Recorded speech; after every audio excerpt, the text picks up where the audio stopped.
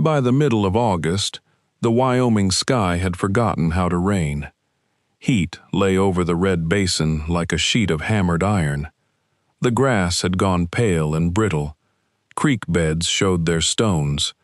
Every wheel that passed on the stage road lifted a brown cloud that hung in the air long after the horses were gone. Elias Rourke lived where that road narrowed to two ruts and disappeared among the sage. His cabin leaned into the western wind. Its porch had 3 soundboards and one that complained beneath any weight. The roof was patched with flattened flour tins. A crooked chimney stood at one end, and a small barn at the other looked no better than a tired animal refusing to lie down. Each morning, Elias rose before the light. He drew 1 bucket from a deep, stubborn well, gave the first half to his horse, and carried the rest inside. He ate beans or cold bread. Then he rode north to mend fences no traveler could see from the road. He returned after sunset with dust in the seams of his face. People in Bellweather called him poor when they remembered him at all. Children dared one another to ride as far as his gate. Men at the feed store said he held on to a worthless patch because pride was cheaper than sense. Elias never corrected them. He bought little: salt, coffee, lamp oil, once each month, a packet of nails.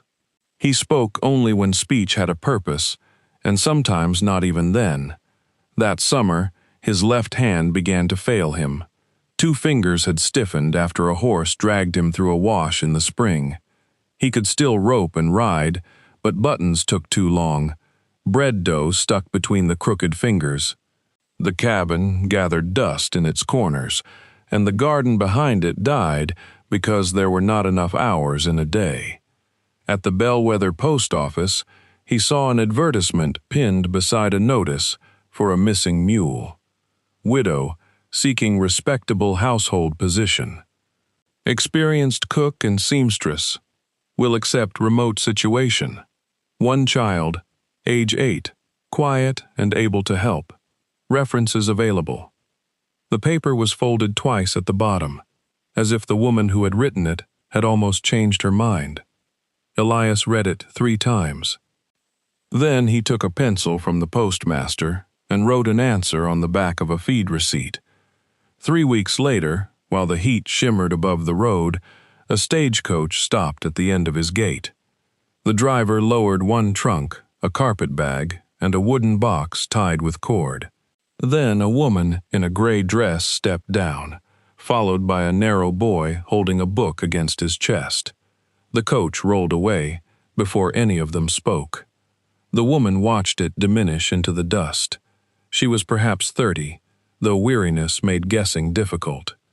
Her brown hair was pinned plainly beneath a straw hat. 1 glove had been neatly mended at the thumb. The boy had the same steady eyes. Elias removed his hat. "Mrs. Hale?" "Clara Hale.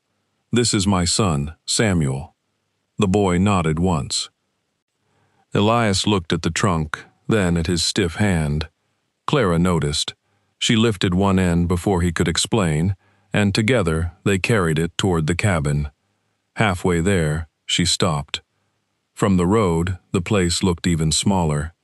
The porch sagged. The garden was gray. A single cottonwood cast a thin strip of shade across the yard. "Your letter said ranch," she said. It did. Her gaze moved past the cabin to the low ridge behind it. Nothing beyond was visible. "How many cattle?" "Enough." It was not a useful answer. Clara tightened her grip on the trunk. She had spent her last $6 on the stage from Cheyenne. Elias knew this because she had written it plainly before accepting his offer. She knew his wages would be $12 a month, with food and rooms. Neither had pretended it was generosity. He needed help. She needed a place where the landlord could not put her belongings in the street. Inside, the cabin held 1 main room and 2 narrow sleeping rooms. Elias had moved his cot to the barn loft.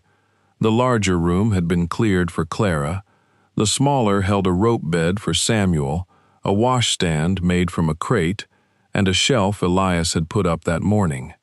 Samuel tested the shelf with one finger. "For books," Elias said. The boy looked down at the single volume in his hands. "I only have this one. Shelf will wait." Clara opened the pantry.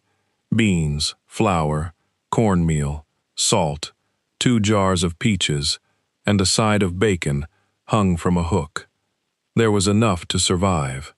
There was little to enjoy. "Mr. Rourke," she said, "if the wages are dependable, we will stay through October. After that, we will decide." Elias placed his hat on a peg. "Fair." She wanted to ask what happened after October, when snow made the stage road impassable. He wanted to ask whether she might leave sooner after seeing the place. Neither did. That first evening, Clara swept mouse droppings from behind the stove. Samuel hauled kindling. Elias repaired the broken latch on her door. They ate at the same table in a silence shaped by strangers.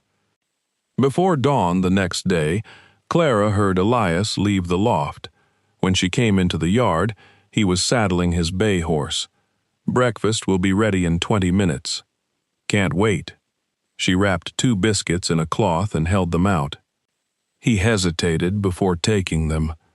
That afternoon, the cloth came back folded into a careful square. On the second morning, she left the biscuits beside his saddle. By the 6th, she added a strip of bacon. Elias never thanked her with words, but each evening he split enough stove wood for the following day and stacked it by the kitchen door, the cut ends facing outward. Clara began with the cabin. She scrubbed smoke from the lamp glass. She boiled the curtains and stitched the torn edges. She mixed sand with lye soap and worked at the table until pale wood appeared beneath years of grease. Samuel followed Elias when permitted and stayed behind when told. He gathered eggs from the 6 rangy hens. He learned to pump the well slowly so the iron handle would not pinch his palm. When a hen vanished under the barn, he lay in the dirt for half an hour and coaxed it out with corn. Elias watched from the corral. "Patient," he said. Samuel brushed dust from his knees. "My pa said, rushing makes frightened things run farther." It was the first time either Hale had mentioned the dead man. Elias turned back to the fence. He was right. At supper, Samuel found a smooth piece of pine beside his plate. Elias had carved it into the rough shape of a horse. One leg was thicker than the others. The boy did not say anything. He carried it to bed in both hands. Days found a rhythm. Clara learned that Elias drank his coffee black but waited for it to cool. He learned that she saved every scrap of cloth, no matter how small.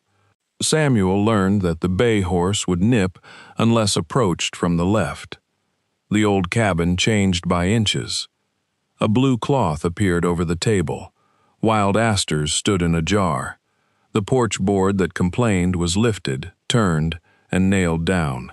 Clara planted late beans beside the well, though Elias said frost would take them before harvest. She planted them anyway. Every morning, Elias rode toward the ridge. Sometimes he returned with dust on his coat, sometimes with green stains on his knees. Once, Clara saw him coming down at dusk with 4 riders behind him. They separated before reaching the cabin and vanished along a trail hidden among the rocks. She asked no question. He offered no answer. In early September, a hard wind came out of the north.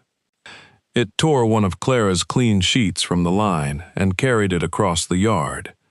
Elias caught it against the fence before it reached the mud near the trough. He stood holding the white cloth, uncertain, as if it were something too delicate for his hands. Clara took one corner. Together they folded it once, then again.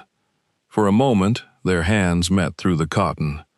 Both let go too soon. That week, Samuel came down with fever. It began at supper. His spoon slipped from his hand. By midnight, His skin burned while his body shook beneath 2 quilts. Clara sat beside him with a wet cloth and the terror of someone who had already watched one person die beyond the reach of help. Elias saddled the bay in darkness. Doctor is 20 miles. The river crossing is washed out. I know another. He rode before she could say more. The wind rose after midnight. It pushed dust beneath the door and made the chimney moan. Clara listened to Samuel breathe. Every few minutes she went to the window, though there was nothing to see. Near dawn, hoofbeats struck the yard. Elias returned with Dr. Levy hunched behind him on the exhausted horse. They had crossed 7 miles upstream, where the river widened over stone. The doctor examined Samuel, left powders for the fever, and said the boy's lungs were clear. Only then did Clara notice blood darkening Elias's sleeve. His horse had stumbled at the crossing, driving a branch into his upper arm. "Sit," she said. "Doctor needs the horse back." "He can take mine," Dr. Levy said. "Sit down, Rourke." Clara cleaned the wound after the doctor left. Elias kept his eyes on the wall while she worked. His arm was marked with old scars. One ran from shoulder to elbow, pale and uneven. "War?" she asked. "Wire." She waited. "Barn fire, years ago." That was all he gave her. Samuel's fever broke the following evening. Elias slept in a chair outside the boy's door, his injured arm bound across his chest. When Clara woke, she placed a blanket over him. By late September, the nights had teeth. Frost silvered the yard. The beans Clara had planted bent under it, but not before she gathered one small bowl. She cooked them with bacon and set the dish in the center of the table. "You were right," Elias said. "About what?" They had time. It was the closest thing to praise he had offered. Clara smiled into her plate. The shelf in Samuel's room no longer held one book. Each trip from town, Elias returned with another, a geography missing its cover, a volume of fables, an arithmetic primer with another child's sums faintly rubbed away. "Where do you find them?" Clara asked. "Places." She did not press him. At night, Samuel read aloud beside the stove. His voice stumbled over long words. Elias sat at the table oiling tack, correcting him only when the boy looked over for help.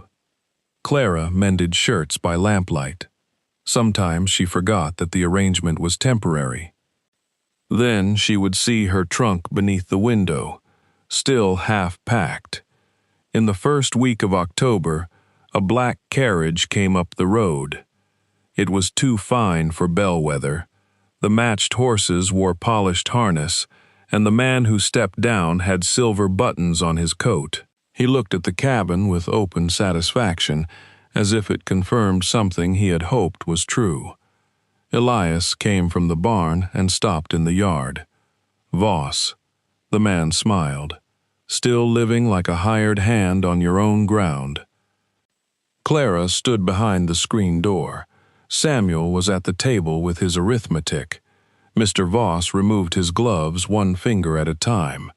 "The banknote comes due Friday. Principal and interest, $7,400. Clara's hand tightened on the doorframe. Elias's face did not change. "I know the date." "Then you know sentiment will not satisfy it." Voss glanced toward the ridge. "My offer remains. The south parcel, the cabin, and the rights beyond the northern rise. Sign them over, and I will clear the balance." "No, you cannot graze memories." Elias took one step forward.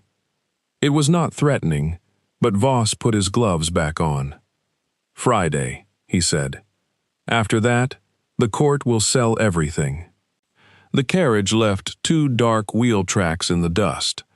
Clara waited until Samuel had gone outside. $7,000? Elias carried a bucket to the pump. $7,400. You offered me dependable wages. Your wages are set aside. Until Friday? He worked the pump. Water splashed cold and clear into the bucket. Longer than that. She wanted to believe him. Instead, she looked at the flour tin roof, the failing barn, and the winter clouds forming in the west. She had trusted a man who seemed unable to tell a direct lie, only to discover how much truth he could leave unspoken. That afternoon, Clara packed Samuel's clothes. She folded each shirt hard at the seams.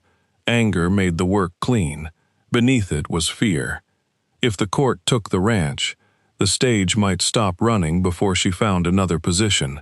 She would be stranded with a child, and $6 reduced now to $3. Samuel stood in the doorway. Are we going? I don't know. Mr. Rourke said the snow won't come for 2 weeks. Mr. Rourke says very little, and that is the trouble. The boy touched the carved horse in his pocket. Elias did not come to supper. At dusk, Clara saw him ride toward town, wearing his only dark coat. He returned after midnight. She heard him in the barn loft, walking from one end to the other. The next morning, 3 men arrived on horseback. They carried bedrolls and rifles and saddle scabbards. None entered the house. Elias spoke to them near the corral, then all 4 rode north. At noon, Voss returned with the county surveyor. This time, Elias was gone. Voss walked into the yard without invitation. The surveyor began setting a brass instrument on 3 legs. You cannot measure land that does not belong to you, Clara said. Voss looked amused. By Saturday it will. Samuel came around the barn carrying eggs. Voss's gaze moved to him and then back to Clara. You took employment with the wrong man, Mrs. Hale. Rourke has been finished for years, ever since his brother burned that barn and ran. The egg basket tilted in Samuel's hands. Clara steadied it. Voss continued, pleased by their silence. The brother borrowed against the whole spread. Elias signed with him. Then the fool tried to burn the loan papers in a hired man's barn and nearly killed Elias doing it. The scar on Elias's arm. The wire. Why do you want the land? Clara asked. That is business. Then conducted on Friday. She lifted the surveyor's tripod, folded its legs, and carried it to the carriage. The surveyor looked at Voss, uncertain. Clara placed it across the seat. This is still Mr. Rourke's home. Voss's smile disappeared. Not for long. After they left, Clara stood in the empty yard. The wind smelled of snow. Elias returned near sunset. One of the riders had blood on his trouser leg from a fall, but all were upright. Behind them came a small herd of cattle, lean from the drive, yet strong enough to keep moving. They passed the cabin and disappeared behind the ridge. Clara met Elias at the barn. Was your brother responsible for the debt? He took the saddle from his horse. I signed the note. That was not my question. Elias rested the saddle on the rail. For a long moment, only the horse moved, nosing at scattered hay. My brother Caleb saw money in everything. Grass, water. Other men's hunger. He borrowed to buy cattle during a fever year. When prices fell, he set the fire and left me with the note. Why hide it? Wasn't yours to carry. You let me bring my son here without telling me we might lose the roof. You won't. How can you promise that? He looked toward the ridge. I can pay Voss. With what? Elias did not answer. Something in Clara gave way.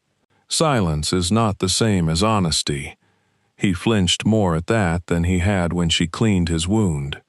She went inside and closed the door. Snow began before dawn on Friday. It came thin and dry, moving sideways across the yard. Elias hitched a wagon and loaded 2 iron boxes beneath a canvas. 4 ranch hands arrived from the north, men Clara had seen only at a distance. They waited with hats lowered against the wind. Elias came to the cabin. "I'm going to Bellweather." Clara stood beside her packed trunk. "So are we." His eyes moved to the trunk, then to Samuel's coat hanging by the stove. "Road is bad. It will get worse. You mean to leave?" "I mean to find work that will still exist tomorrow." He nodded once. The old guarded look returned to his face, but now she knew it for what it was. Not indifference. Preparation. He carried her trunk to the wagon with his stiff hand beneath one end. The journey to town took 3 hours. Snow erased the road behind them. Samuel sat between Clara and Elias on the wagon seat, holding the wooden horse inside his coat. At the bank, Voss waited with 2 court officers and a clerk. Half the town seemed to have gathered. Word of a foreclosure traveled faster than weather.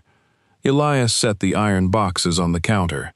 Inside were wrapped rolls of banknotes, gold certificates, and account ledgers bearing the names of cattle buyers in 3 territories.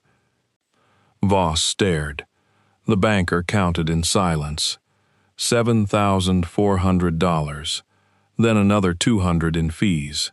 Elias paid both. The clerk stamped the note and slid it across the counter. Voss did not touch it. "Where did you get this?" he asked.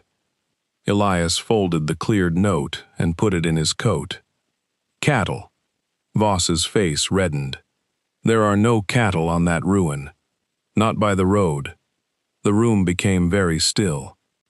Voss understood before Clara did. He had spent years looking at the cabin and believing poverty was all that stood there. He had wanted the rights beyond the ridge without knowing what they protected. Outside the bank, Clara took Samuel toward the stage office. The eastbound coach was delayed by snow but expected before dark. Elias followed them as far as the covered walkway. "Your wages," he said. He held out an envelope containing every dollar through October and another month besides. Clara did not take it. "You had enough all along." "Not all along. Sold the fall herd early. Lost some on the North Trail." "But the ranch?" He looked toward the white street. "Cabin is the South Line shack. Main spread is beyond the ridge." Samuel looked up. "There's another house?" There was. Elias's voice changed on the last word. Clara heard what he had not said.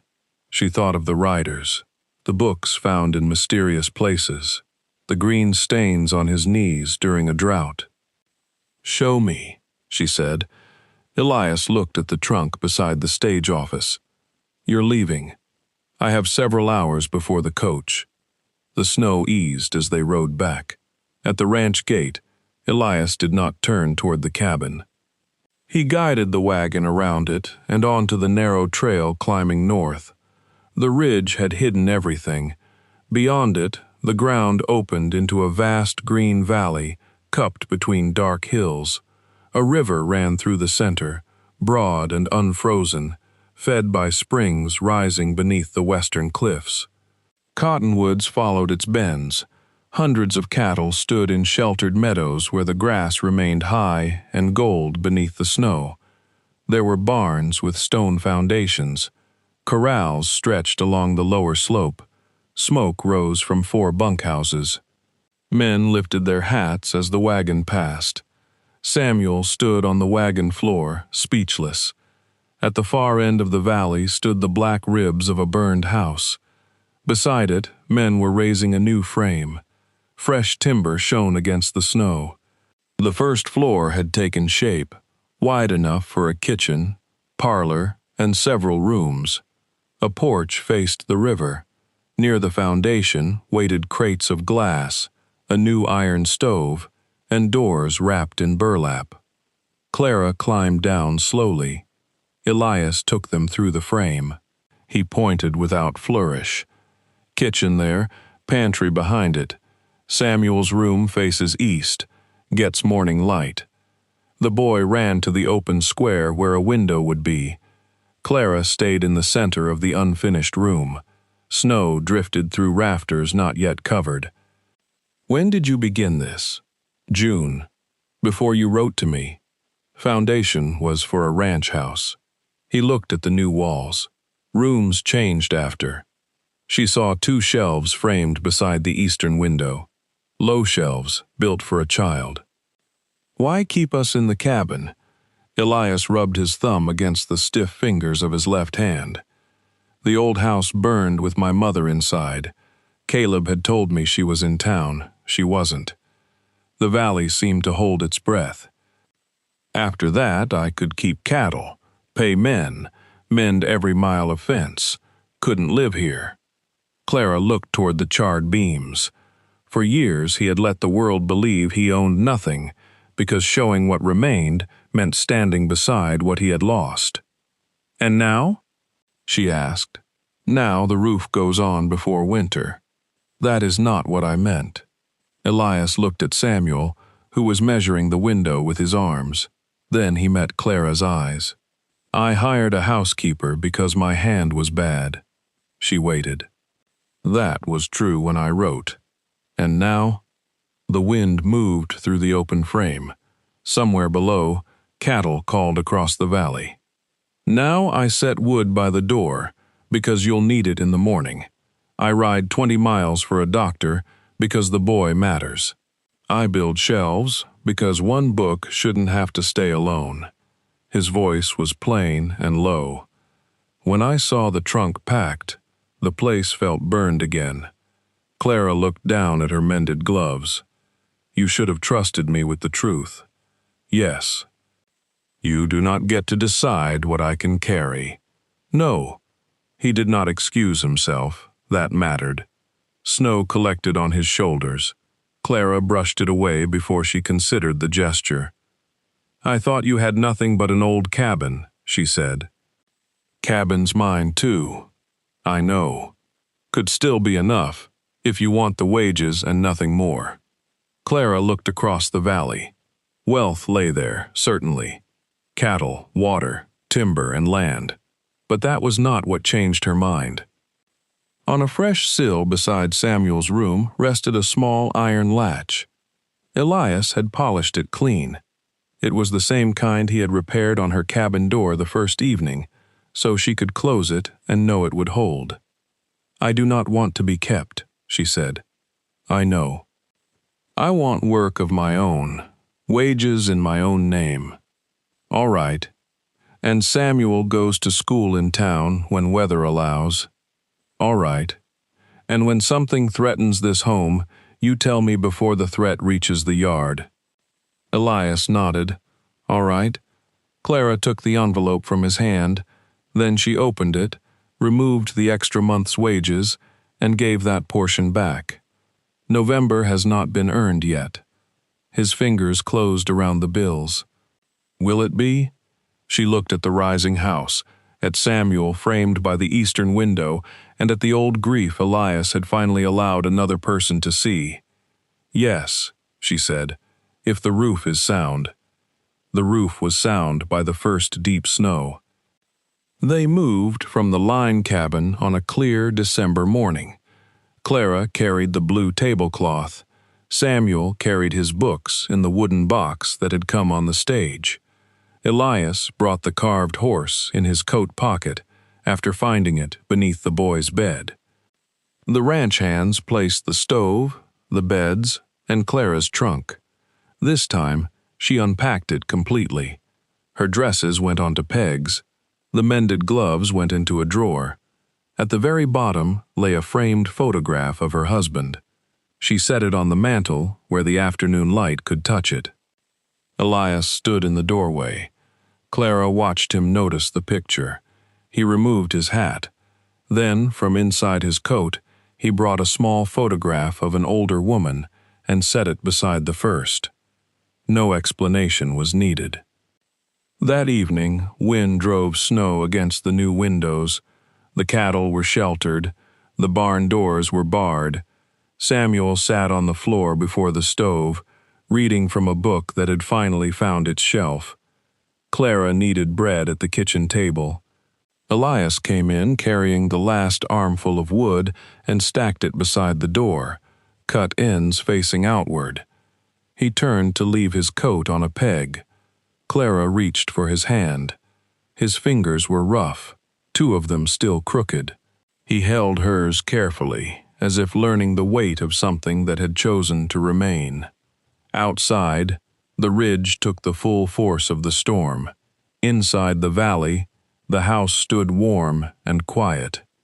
Elias closed the door against the cold.